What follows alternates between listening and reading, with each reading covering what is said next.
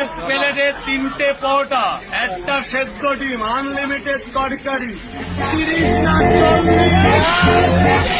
30 না 40। পরোটা বেচা খাও, আবার তোমার গুয়া হয়েছে গাও, তাই না? 30টার পরোটা 40টা চাও, হালে না তোমার দেহি মনে কইছে বাউ। হ্যাঁ, এত বাউ মাইরো না, পরে পস্তাইবে, বুঝছা? পরোটা ভেজা বাদ দিয়ে কাগজ টুহাইবে।